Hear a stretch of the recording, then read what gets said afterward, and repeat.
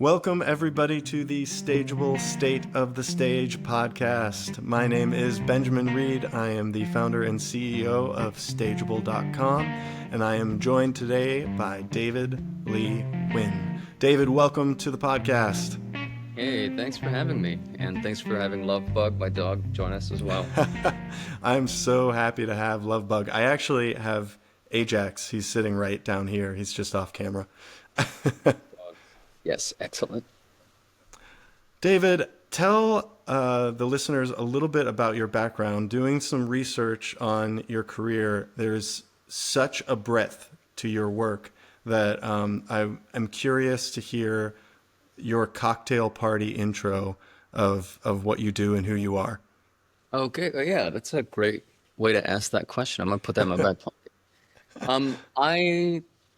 I think the shorthand is I just wrote an artistic statement, and my first paragraph, the cocktail party version of it, is like first generation theater artist based in New York. A little bit further is like I'm from Louisiana. My parents landed there, settled there after they got, left the Vietnam after the war, had me. They had every hope and intention and dream that their son would become a pediatric cardiologist, but lo and behold, I found theater, and then got into theater and then went into undergrad and graduate school for training, and then moved to New York and found myself with a career in theater and a spat of other things. So you've been a multifaceted theater artist working in theater, TV, audiobooks. You are the artistic leader of the Sound song collective. click. Yeah, Yeah, tell us a yeah. little bit about that and when you got started doing that work. In 2019, there was this refugee crisis coming out of Syria, and my co-founders and I, we felt very disconcerted because, in a lot of ways, America was indirectly involved in that refugee crisis, the cause of it. And it made me think about how American reaction was to Vietnamese refugees after the Vietnam War. So much support came so that we could relocate and start anew in the US. And now, two generations later, there's millions of us that are hardworking, contributing members of society. And so it felt very strange and very dissonant that there wasn't a similar response to what was happening in Syria. So I reached out to my two friends, Carolina Doe and Jonathan Castinian, and I said, well, I think we can do something. And so we gathered together a group of Vietnamese theater artists for a reading of Quy Nguyen's Viet Con. And it was an example of if you build it, they will come. Everyone we talked to, when we told them what we were trying to do and the reasoning behind it, they were like, oh, absolutely. Quy even was like, oh, yeah, my play, just do it. Whatever you want to do with it, you can cut it however you want. You can do whatever you want. If my agents bother you, don't worry. Just let me know. And I was like, okay, great. So we cut the script, we adapted it for this reading. We got an all Vietnamese cast, the first and only all Vietnamese cast that has ever done this play. And then we got our director, Arpita Mukherjee, who runs Hypocrite production company. And we all came together and did a one-night reading for the National Network of Immigrant and Refugee Rights. And we raised almost $2,000 for this cause, trying to tip the scales of karmic justice just a little bit. And it was great, and it was a wonderful event. We oversold the house by like 20 people, so like we didn't have enough chairs for everyone, but they were so in it and so thrilled. And by the end of the night, everyone stayed and hung out with us, and everyone kept asking, well, this is great. What's next? What's next? What's next? And the three of us were like, oh, shoot, I think we have a theater company. And so here we are 6 years later. We've been lucky enough to get the ball rolling on a lot of different things.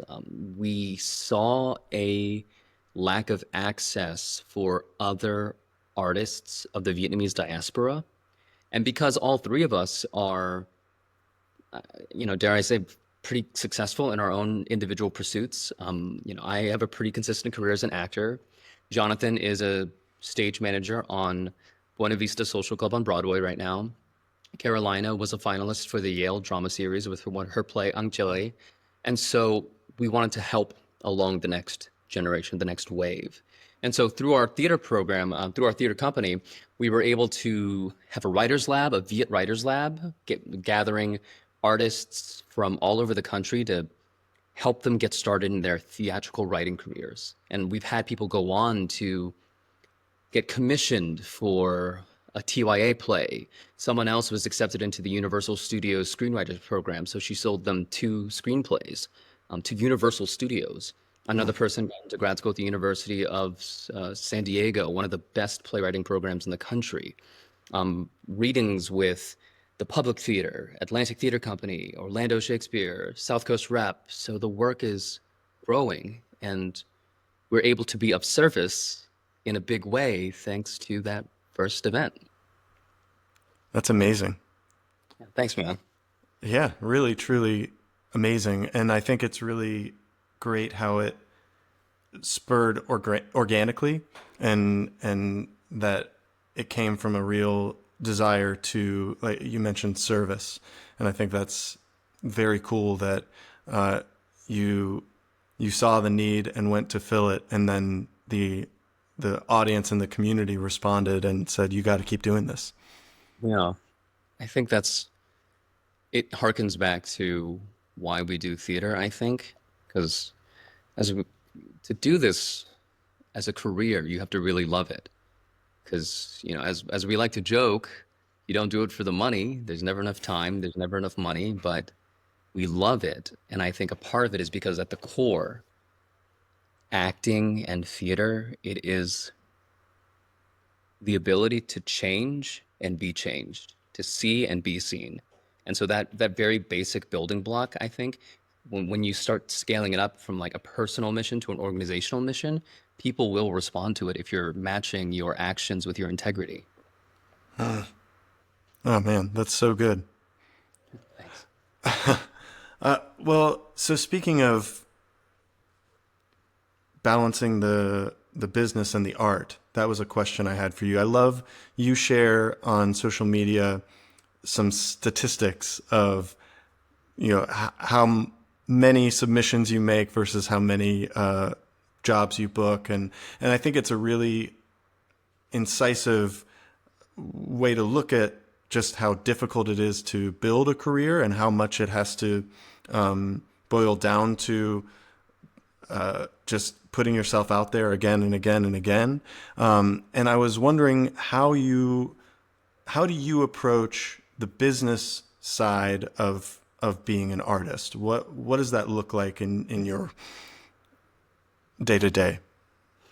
That's such a great question. And I think something that I'm spending a lot of time thinking about right now because I'm in dialogue with a lot of younger artists trying to get established.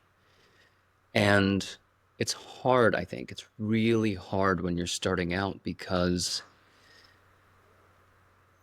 it's oftentimes to be an actor, you need to be in a place where there's opportunity. And those places of opportunity, those markets are usually oversaturated with tons of other actors. And the opportunities for work are very little in comparison to the amount of people applying to work at those jobs. And so it's tough. And you're also living in a high cost of living area.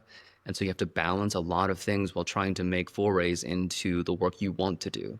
So like the first thing is like, how do you just make sure that you're okay? Like you have, a house, food, like all the essential stuff, like you're good, for you Mm-hmm. to then be able to build on your career.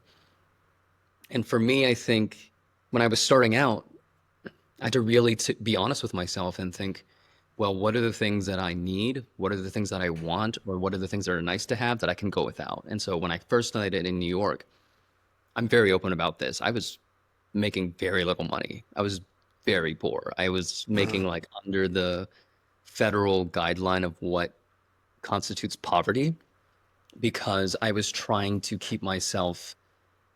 I made enough money to live and I cut down my costs a lot, but I was also trying to keep myself open for auditions and just like meeting people, seeing shows, trying to get out there and build my own professional network and keep myself open for the jobs that I thought would help move my career along. Now it's like leveled out a lot more. I think I've gotten to a point where like I'm much more comfortable than I was then. I'm making much better money, but I really like think the first thing is like how do you make sure that you're okay? How do you make sure that you're at a level where you have everything that you need, but you also have time, like the luxury of time to be able to experiment, try things, get yourself in rooms that you think will help move you forward, you know? So I think it's a really delicate balance when you're starting out. Now, for me, it looks very different. I think to balance the business and the artistry and like just like my own personal self, because those base needs are really met, and it's pretty consistently easy for me to be able to make that. It's more just now focusing on the things that I want to do. So every job that comes my way may not necessarily be a good fit. If the location isn't a good fit, if the job itself isn't a good fit, I'm doing math about now. It's more like now my time of thinking about time is like my time could be spent advancing my career in certain ways or investing in other things in a certain way to pay off later. So like how do I spend my time wisely? And I think that's where my a lot of my thought is going right now. Well, so speaking of that, what is the mix of you do so many things, TV, audiobooks, theater. What is a what are the ratios about how much time do you spend doing which kinds of projects? It really depends. I think I set my schedule like if you look at my Google Calendar, it's kind of a mess. And it really depends on like the timeline that things are sent to me. So like audiobooks, my VO work is fairly consistent and it books me out months ahead of time. And so right now, at least with my VO stuff, I'm booked through like September or October. And because Wow. I have that, you know, I can like play, and I record at home. I have the luxury of having my own home studio. So I can kind of set my own hours. Like generally I know if I get a job that's so many hours, I know how much time I'll need to record it. So I can kind of set my own schedule. So that kind of becomes my 9 to 5. Or in Okay. this case, usually I record like 12 to 5, Monday through Friday. And so that tells me like I have my mornings free and my weekends free. So then, like right now, I'm running a play right now that's due to close June 8th. So by the time this episode's released, it may be closed, but I'm doing bus stops. So what I did last week was like, okay, my VO schedule was set months ago.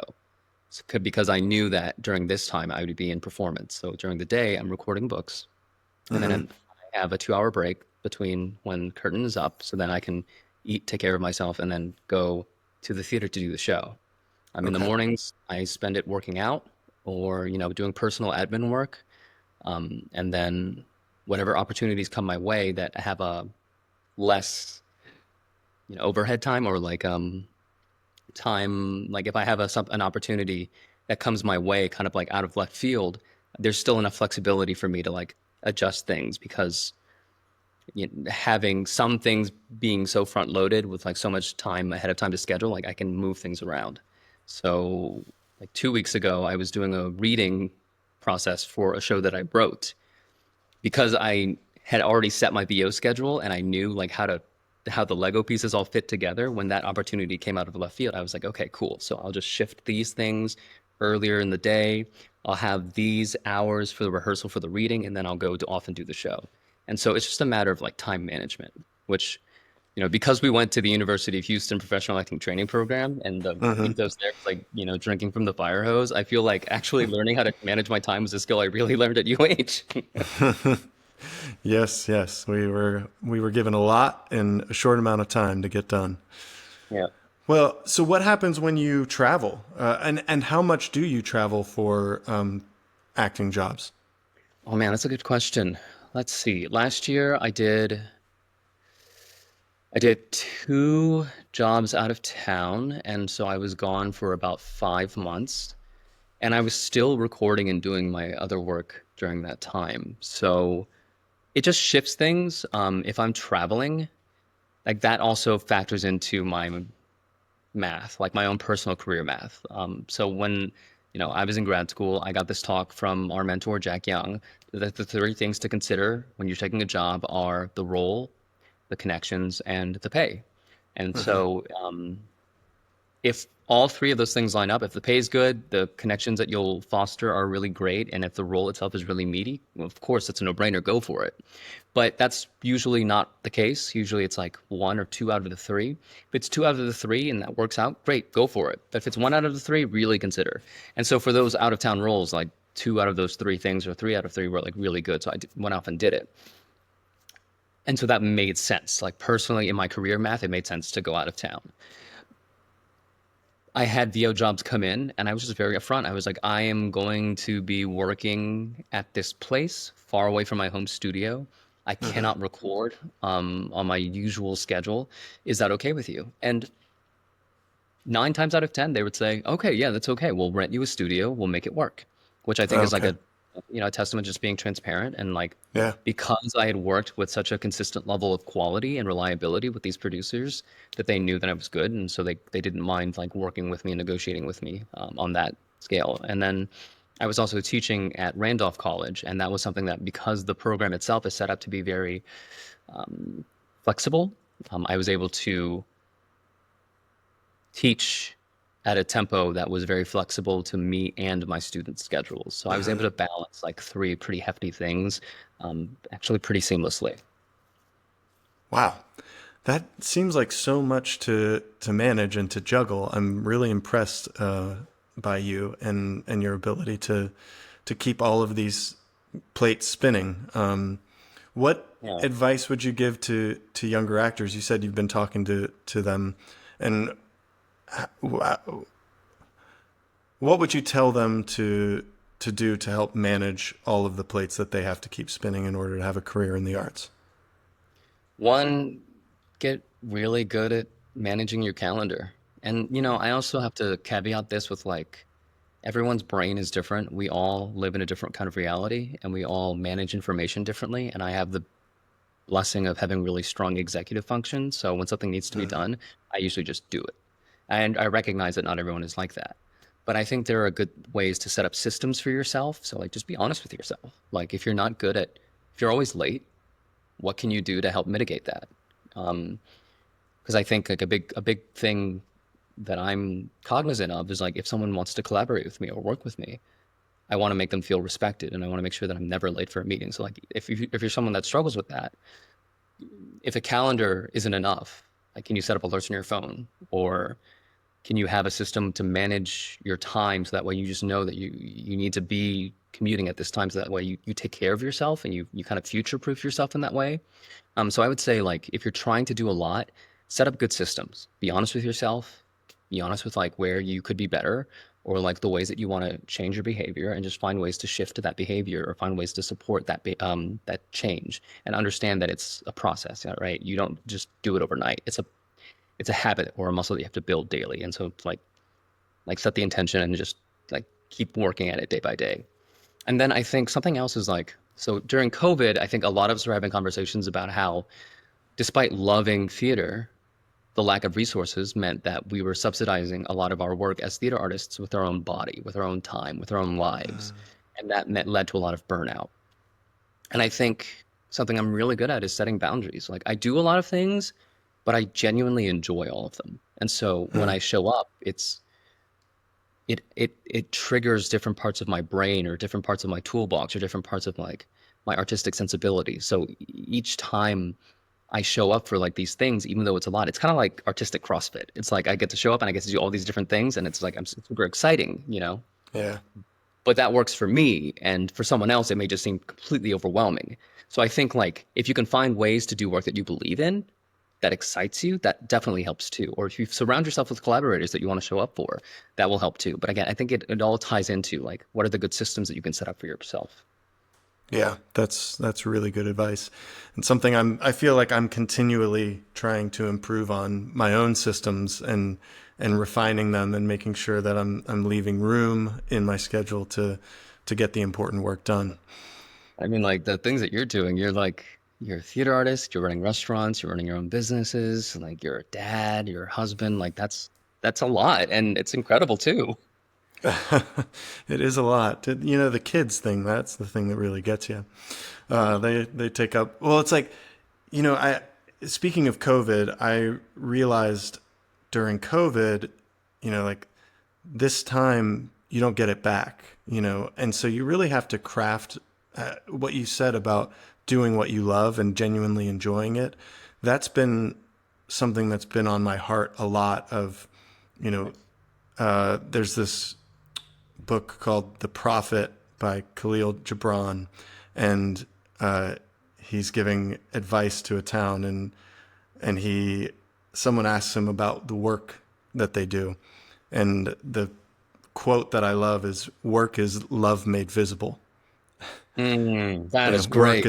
work is love made visible, and it's just, I think we don't approach it that way. We look at work as something that we have to do in order to support ourselves, and not as something that we get to do in service to the world because it's the way that we love the world. I love that so much. But I think a lot of people feel trapped by their work circumstances because, we live in a world where your labor directly correlates to your security in life, like what you have access to. And I think for a lot of people, it's really hard to imagine a life where your work is tied into something that you care about because work is tied into survival rather than like self-determination. And so I think, you know, part of it is I'm always very cognizant of like I work really hard, but I'm also very lucky that I was like born into the circumstances that I was, rather than like say my father's circumstances, who at my age was a sergeant in an army fighting a civil war. Right. But I think like that's like encouragement, if you are able to live an artistic life, then, you can't let the fear of failure hold you back. You have to shift your thinking into like, well, what could go right versus like what could go wrong? Because it's exactly like you're talking about. To be able to make your work into an expression of love, you need to be able to embrace the unknown and step into that, to be able to step into your true purpose and your true self. I would also say like your calling to be a father. I think about that a lot because the question of becoming a father, or becoming a parent, or not becoming a parent, like I think that was something that I had to really think about. I'm divorced, and that was something that I had to talk a lot about with my ex-wife. And I think on one level, I really admire parents because the calling to be a parent means that you are willing to devote your life to life that you create. And I think where I'm at right now, like I don't have children because I think I'm not ready for that commitment. Like I think, and I don't mean this in a negative way, but I think I'm too selfish to have children right now. Yeah, I understand the point you're making, and it's definitely not a negative to be self-centered, centered on what you are doing and what is important to you. And when you have kids, it definitely reorients, and every decision gets filtered through how it will affect the life that you've created. Yeah. And I know a lot of performing artists who are parents, and I think it's a struggle. The industry is not really set up to support it. I think it's making strides. I heard when I was talking to Amelia about work in Atlanta and them doing some providing some childcare, and I've heard that from a few other theaters as well. And I think we continue to make incremental progress in the right direction, which is really important for the industry. Yeah. And it may not feel quick enough now, or like for the people going through those changes, making those changes, like it's a slow going now, but we'll be in a much better place in like 5 years, 10 years, for the next wave, people that come after. Yeah. So, what, in your opinion, is really going gangbusters for the performance industry right now? What do you think that is really working well? Um, I feel like I have freedom to experiment right now. And I'm being, my writing is being offered resources and opportunity in a way that I didn't expect to when I started last year. So I'm like I'm a baby playwright. Like, I just wrote a solo show because I was given this opportunity through a residency, and more I'm hearing from people that are interested in developing the solo show that I've written, but also eager to hear and read other things that I've written. And I think it's incredibly gratifying to hear work that I generate, like a hunger for it, to see a hunger for it. Like later today, I have a final interview for a theater company for their writing residency, and that's something that I think I would never have expected a year ago. And I think it is, as someone who has spent the majority of his artistic career as an interpreter, as actors, we come in, the script is there, the creative team is there, and we work with everyone in collaboration to put up a show or this episode of TV or this audiobook or this audio drama, but you're still interpreting someone else's words. And for me to be able to be the one putting thought, guts, words to paper and having people receive that at first was incredibly scary. Like I used to joke to my friends, like whenever they're like, "How do you feel about your reading coming up?" I'd be like, "I want to vomit and poop myself at the same time." But it's also like amazingly gratifying that people are wanting that, and that I feel like I'm in this space right now where I can really experiment with the kinds of storytelling that I'm doing. It's really cool as a former, full-time actor to experience leverage like writing a play where Yeah. you write it and craft it one time and then it expands into other people and other experiences when you're not there. Someone can take your play that you wrote and produce it in Wyoming. Oh yeah. It's like, and you don't have to be there for that to happen, for you to have an impact on the world. And I've felt that through businesses, like the fact that once the thing is built and running, if I don't happen to be on a shift that day, but the creation lives on and it continues to provide service to people. And that kind of leverage, I think is a really incredible feeling. Yeah. When we dissociate like the effort from the results. And I think that's one of the things that I see as one of our big challenges in the performing arts is that the thing that makes us so special, the liveness and the being in the room together, there is no leverage to it. It's like the baker who has to bake every single loaf of bread to sell it and then bake it again the next day. And so I'm really interested in exploring how we take the performing arts and find different ways to leverage and to make the distinction between effort and result. Uh, is there anything that you've been a part of that has that comes to mind when you think about that kind of leverage? I think the things that I've been a part of that exist outside of me, I think it's one of the reasons why like film and TV is such a boost for most actors is because it's this thing that's outside of you. Like once you've shot your day or days on Yeah. set, there's an entire team that does post, and then like it's out there in the world for millions of people to consume on their own time. And Yeah. so the way that that scales up is like crazy in comparison to like what we do in theater. And so like for me as an actor, that's the first thing I think about because like as a union actor we get residuals. So like one that's like a passive form of income that helps, float you along. And then two, it kind of contributes to this kind of like soft power of like, oh, I've seen you in this thing. So that way if you're like going in for another audition or you're in rooms with like industry people or like gatekeepers and like maybe that's another frame of reference they have for your work. And so that's the first thing I think about. Um,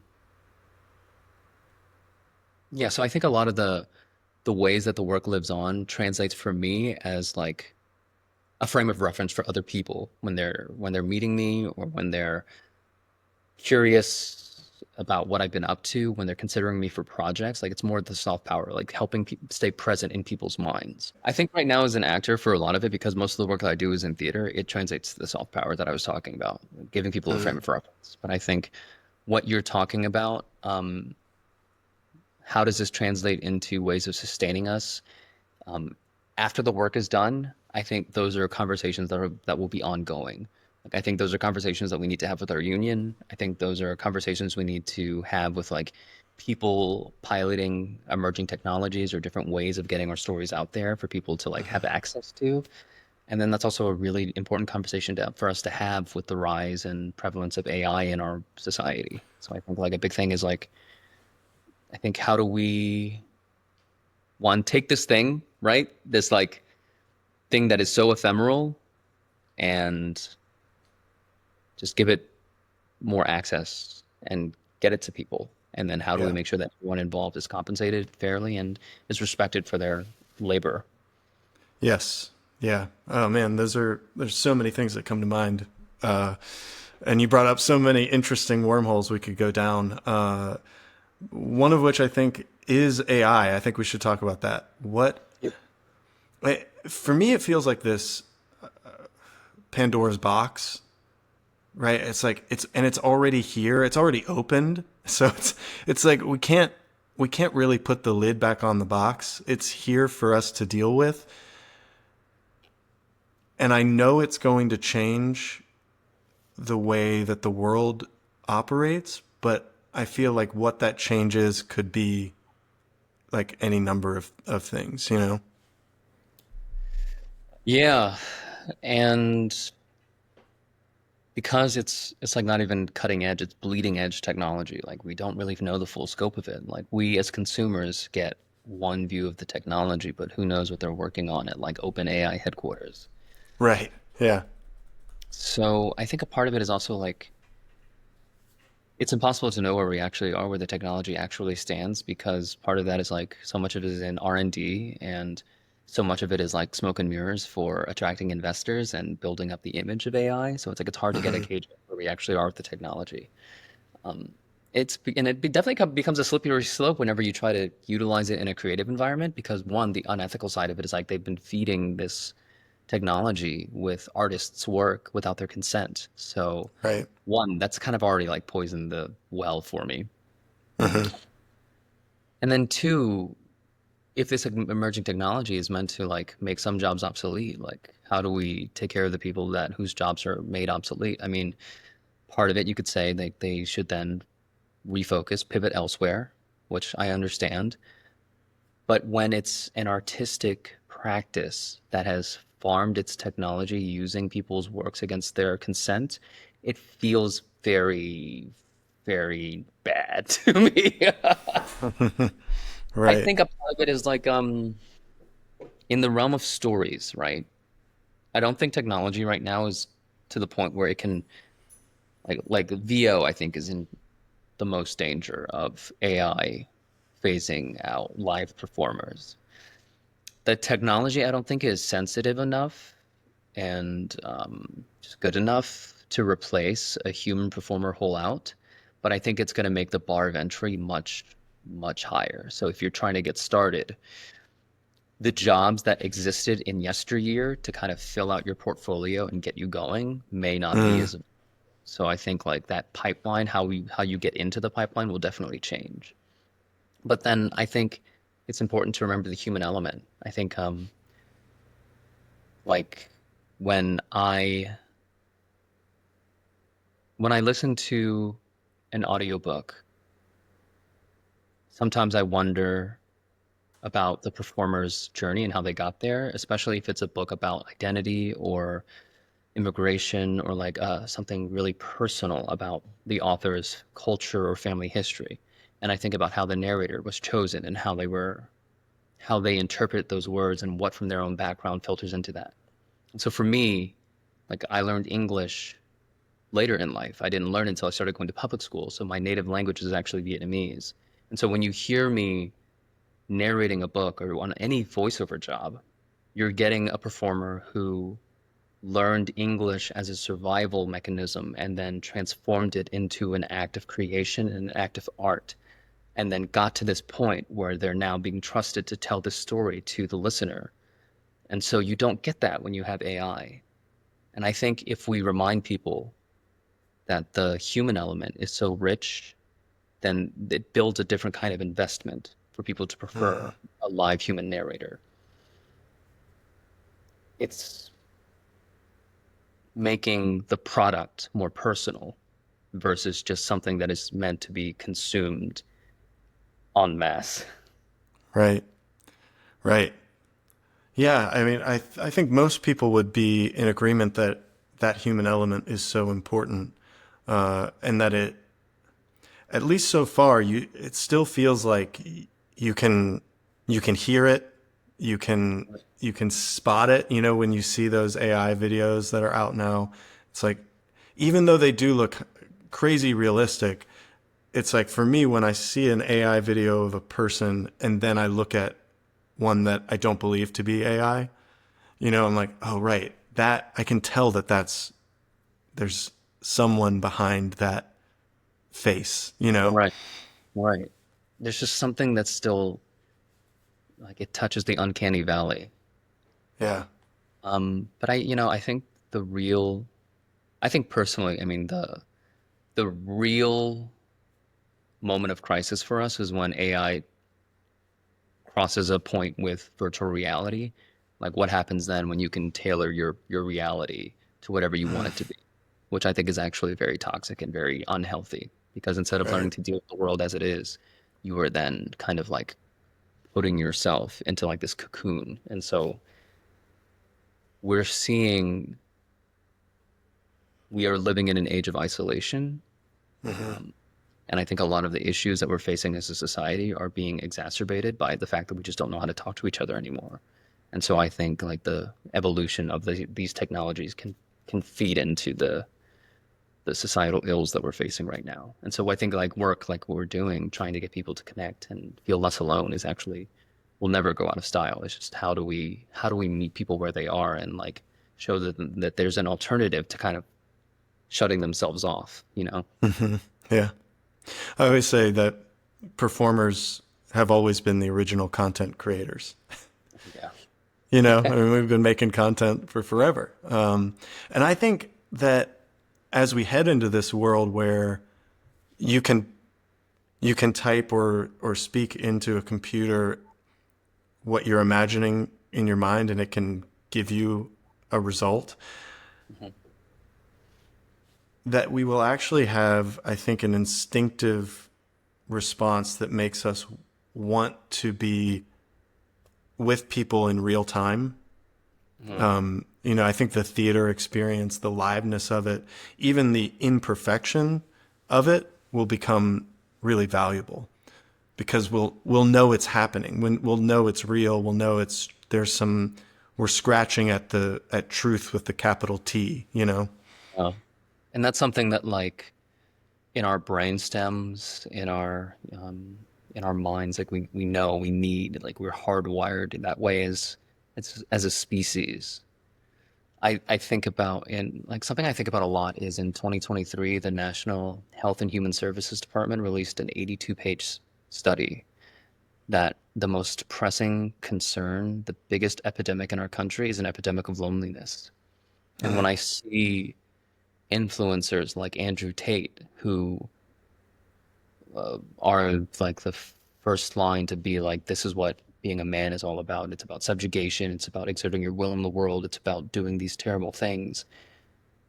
Gaining so much traction because so many people, so many young men feel alone and shut off from the world of like, it makes sense to me that they would then look to this figure that is espousing this philosophy of strength and changing the world around you in this way. And I think like that's to your point, like that's a sign to me that we need to really find people and meet them where they are and show them that one, they're not alone and that there's an alternative way of living where they can be in harmony with the people around them and the world around them. And like there's like the feelings that they're feeling, whether it's shame, loneliness, despair. sadness, whatever that may be, instead of kind of suppressing it and trying to exert your will, like there's a way to feel it and recognize it around you and then find a different normal. There's not to get too into sort of the spiritual side of life and of theater and of art, but lately I've been thinking a lot about just the idea of unity. I don't know if do you like the comedian Pete Holmes? I Have you heard actually any don't of his stuff? know. You'll have to send me some later. Well, he had this clip that went around, and he's a very funny comedian, but he also tends to talk about Christianity and spirituality. He was a youth pastor before his comedy career, but then his kind of whole spiritual outlook shifted and changed, and I really like hearing him talk about it. And one of the things that he said recently was he likes to imagine that everyone else is just another version of himself. So he would, if he's on a flight, he's like, "Oh, look, this me is bringing me a Sprite. Like, that's so nice of them. Thank you, me, for bringing me my Sprite on my flight." And so just because it's like we are all connected, and we are all, there's like this oneness, this essential, like, we think that we are all so different. We think that we are all our own individual thing, but that when we empathize with one another, when we recognize that we're all spinning on this giant rock through space, and we are a part of it, and it is a part of us, and that's, I think, something that really, when we all sit down and see a play and a story together, that's what we feel, right? There's this oneness and this connection. Absolutely. I really think that when there was a study that said that when people come together to see a theatrical event, a play, their heartbeats sync. And I totally believe it. I did not need a study to know that truth. Yeah. I Yeah, think you it's feel it. you feel it. Yeah. And like as a performer, like you're you have the focus of so many people coming at you. You feel that pressure, but then you just you accept it, you let it, you live within it, and then you radiate out, right? And it becomes an exchange, and they're Yeah. there with you. You know how it feels like whenever it doesn't matter if it's like archaic text from like 4 centuries ago or like a new Yeah. play that's like still being written. Like when it's good and it's going, you can feel the back and forth between yourself, your scene partner, and the audience. So my question there is, we've, I'm sure we've both had the experience that we just described, but I'm sure we've also both had the experience where that didn't happen. Hmm. Where something's off. Maybe it's the audience, maybe it's the performance. Something goes wrong, but we're out of sync in a live show. And what do you think are the cause? What's the difference? Why does it sometimes feel like we are together and sometimes we're not? Oh man, it could be for any reason. It could be because like I had indigestion from lunch. It could be because someone in the audience comes in with like their own agenda, or like they come in like thinking like I'm not gonna like this, or like something technical went wrong, and so like what you rehearsed doesn't happen, so that throws you off, and so you have to find your way back in. But I think for those moments,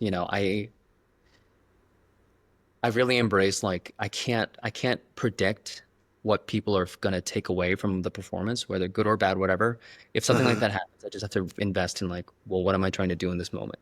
So like just Yeah. focusing on action, like the basic actor stuff, because that will keep me on track and tell the story. Like it's more important for me to tell the story that we're all trying to tell together. And then like what comes of it will come of it. My job is to tell the story. Everything else is like that's extra. I don't have to worry about that. I love that we keep coming back around to story, and that you keep mentioning it, because I think that's a big part of it too. Is there is when we tell the narrative, that's if they hear it and we tell it well, that's when we do sync up. Yeah. And there are a myriad of things that can go wrong. You're right, and can have us not be on the same train tracks. Right. But when it does sync up and we are all in the story and we're riding that roller coaster, and it's like that is the time where our different backgrounds and all of the things that are not unified fall Yeah. away because we're all focused in on the same thing that's happening right Yeah, now. we share a room, we share space, we share breath, we share a reality for a second. I think about, and like even what you're talking about with Pete Holmes, right? It doesn't surprise me that he has a background in the church because I mean, in a lot of ways, church is theater, right? Sermons are theater. And I think I was just talking about this with a student. It was like, you can't just vomit information at people. You could be completely true. It could be very essential knowledge, but you can't just vomit like a waterfall of information at someone. It's much better to tie it to a narrative. Whatever you're trying to communicate by tying it to a narrative, because as humans, that's just how we've been wired to like receive information. So if you can tie it into a story, if you can tie it into a narrative, if you can really touch us and move us, then guaranteed we'll remember whatever you want to tell us way better through that means. Yeah. Yeah, absolutely. So, can I ask you a hard question? Yeah, go for it. What what is theater's essential function in our culture? I mean, what do you think it does for us? And as a as people living in the same space, I mean, like, why does it exist, and why do we need it as we move into 2025? Going back to the spiritual thing, I'm Buddhist. A, a, a truth in the Buddhist faith is that life is suffering. And I think that theater is essential because it reminds us that we're not alone, because the suffering that we feel is uniquely tailored to us. And we can very easily feel that we are siloed by whatever we're going through in our lives. But theater is a space for people to go and witness someone unpack their hearts and say the quiet part out loud. And so that way, the suffering that we're kind of keeping hidden from the rest of the world, if we can see it reflected on stage in front of us with other people watching. And I think that's the thing. It's a place for us to see and be seen. Like I can see you go through this thing that I'm going through, and I feel less alone because I have received this from you. Yeah, it goes back to the pandemic of loneliness Yeah, and that. I mean, we need to feel connected to live. I think a life worth living. Okay, I'll keep with the hard questions. What must change as we move forward? What has to shift?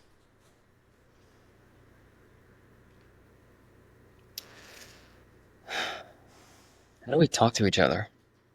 How do we meet in a common ground? How do we do that? And I think that's something that a lot of us are trying to figure out. So like how do you get to that space of communion and understanding when when you're talking to someone that absolutely refuses to be budged, that has already made up their mind, is already so sure that their reality is the only reality.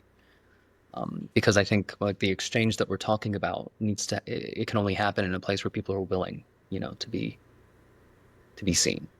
And so Yeah. if like they're so shut off, then how do you reach? And if like we're talking about like political divide, I mean, I think it goes any other way. Which it goes back to like I think technology, for all of its great things, all of its conveniences, like the siloing, the isolation that technology has put us in, makes a common shared dialogue, very difficult. And so, yeah, how do we just talk to each other? Yeah. And listen to each other, right? Yeah, yeah, Instead of constantly looking for whatever will affirm the position that we've already taken. right. And it's wanted. How do we put aside that feeling of needing to be proven right and like Hmm. have the space within ourselves to be proven wrong or to Yeah. accept that we're wrong. And like I try to live my life like that too. Like if there's a better way of doing something or if I'm misinformed, like I want to have the space within me to grow.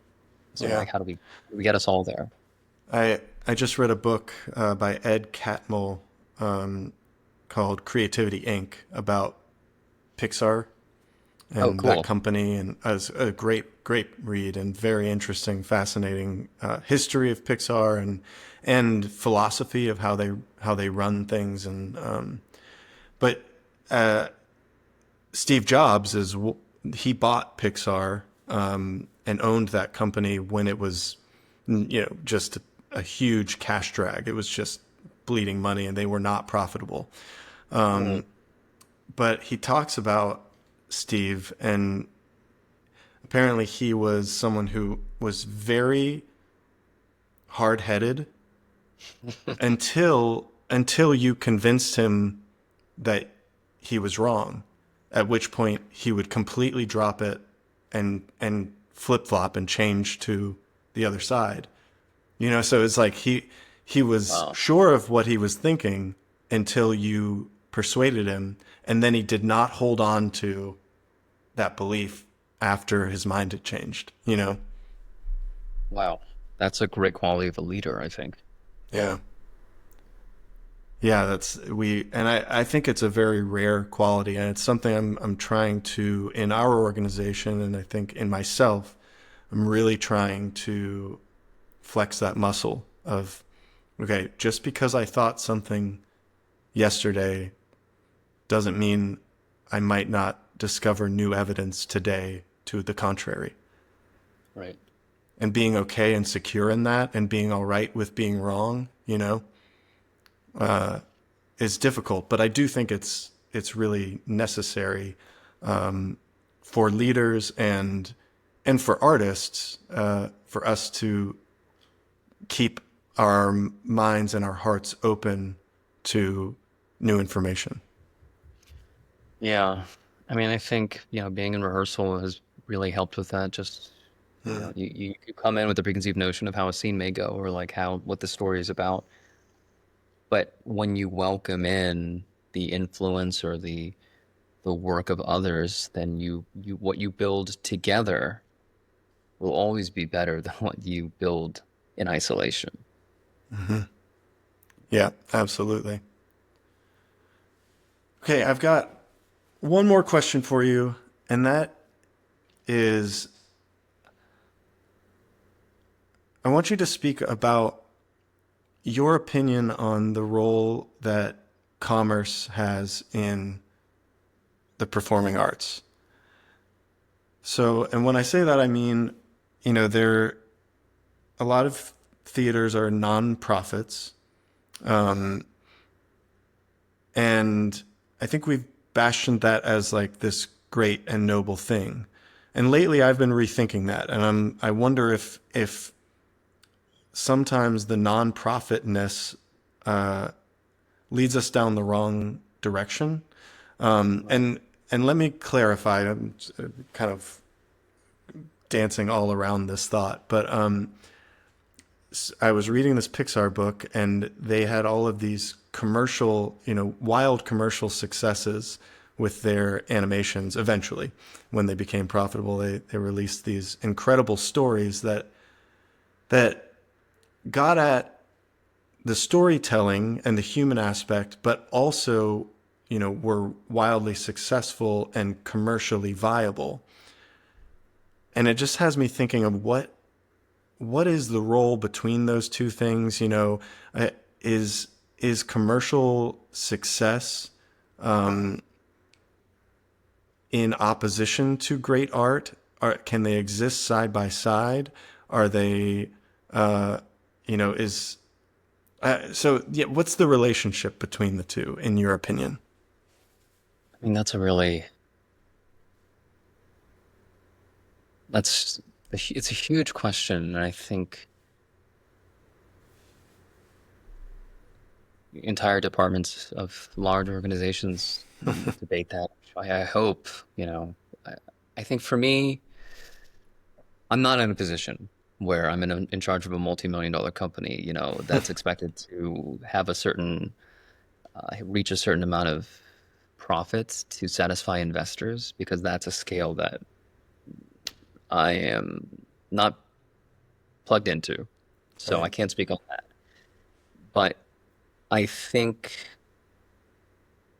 a lot of regional theaters are facing a crisis right now because they were started in a previous era. They were starting at a time when theater and access to the arts and people's needs were very different, right? So like Tyrone Guthrie and the regional theater movement was many years ago. And what some of these organizations have had happen to them is that they've kind of ossified, where they've just taken their status as a regional cultural bastion as a given rather than something to earn and keep earning.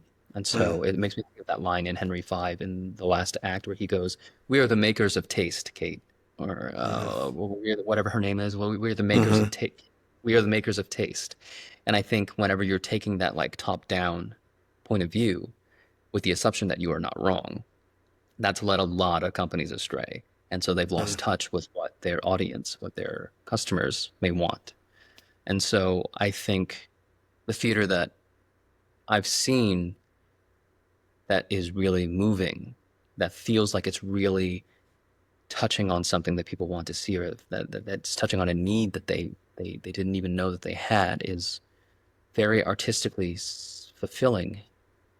And it can be commercially successful, but I think that's also a question of like, what do you mean commercially successful? Like it, for that producer or that like the people that generated the work, like maybe artistic commercial success for them is something like being able to pay their people for the show um, Mm. at a certain pay scale, or having Yeah. it just reach like this off Broadway theater, which is a very different deal than like someone who is like, I'm in a Broadway show and I need to make like $1 million a week to keep this thing open. Like I think the Yeah. scale of success is very different depending on who you talk to. Yeah, for sure. Um, and I think I don't know. This is like such an interesting can of worms because I've read a lot about different nonprofits through the decades. So like um Teatro Capasado in California was started as like a workers' party social justice theater who created this play, I think called Zoot Suit, that like had a nationwide tour, then went to Broadway and kind of catapulted them from like this small nonprofit into like this huge organization with like huge amount of NEA funding, with like making money off their Broadway run, and then like the film adaptation of the play. And then they kind of like expanded so much, but then to maintain that they had to keep operating at that level and they just couldn't. And so like you started seeing them like after this expansion kind of atrophying throughout the years. And then you have other companies that I don't want to name too many names because Sure. they're Sure. promising work, but like they hit on something, they blow up, and then it's not sustainable. They're suddenly at a level where they can't sustain it anymore, and then Mm. or like that body that kind of rhythm tempo of work, that expectation of work, kind of traps them in a rhythm that is actually counter to the artistic process that got them there, and so they're trying to satisfy one thing, and it's kind of like strangling them within. Mhm. And so I feel like it's a fascinating issue that I think like it's unique to every person, and it's like unique to every organization. And I think that's something that they need to answer for themselves. Like, so what is commercial success to you? Like, and it's not Mhm. just like making a ton of money off this one thing, but like how does that feed into like the sustainability of like your own organization and then your own yourself as an artist?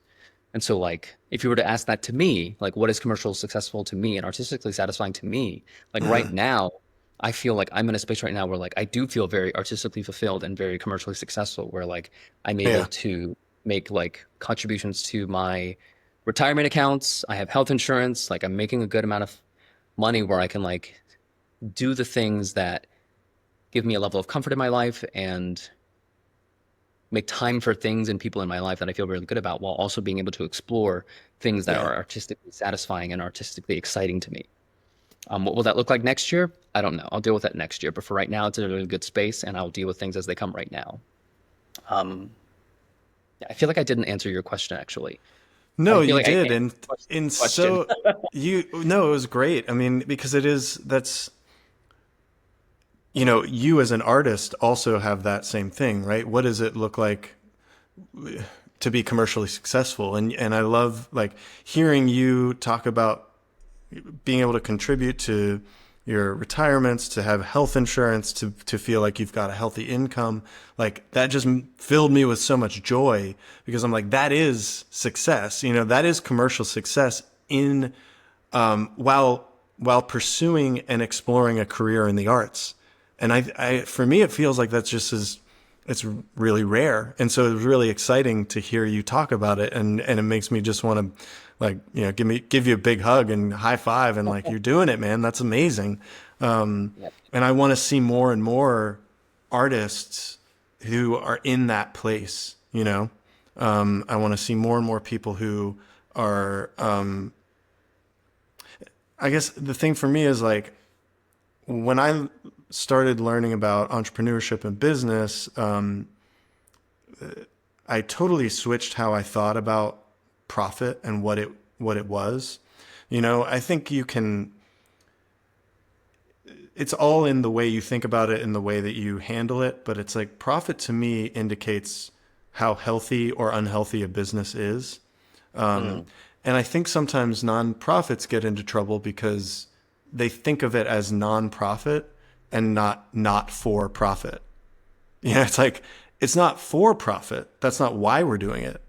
But the profit is the indicator of the health of how the business, how the company is being run. And so I think what we get into trouble when we get a bunch of grants or we get a really, really, wealthy donor who subsidizes and takes away that pressure point. And all of a sudden we start focusing more on what would make us happy as the artistic organization and less focused on what's the need that our company is here to fulfill. What is the service we are here to provide? Right. Matching And your intentionality with your integrity and the services that your audience, your community needs. yep. Well, as is usually the case, David, as soon as we get really into the meat of it, it's like, well, now it's time to wrap things up. But it just means that we'll have to have you back sometime and we'll have to continue the conversation. Thank you so Thank, much. Thanks for thank you for being having here. me. Yeah, and I am excited to see all of the things that you will continue to do in theater and in performance. Likewise, man.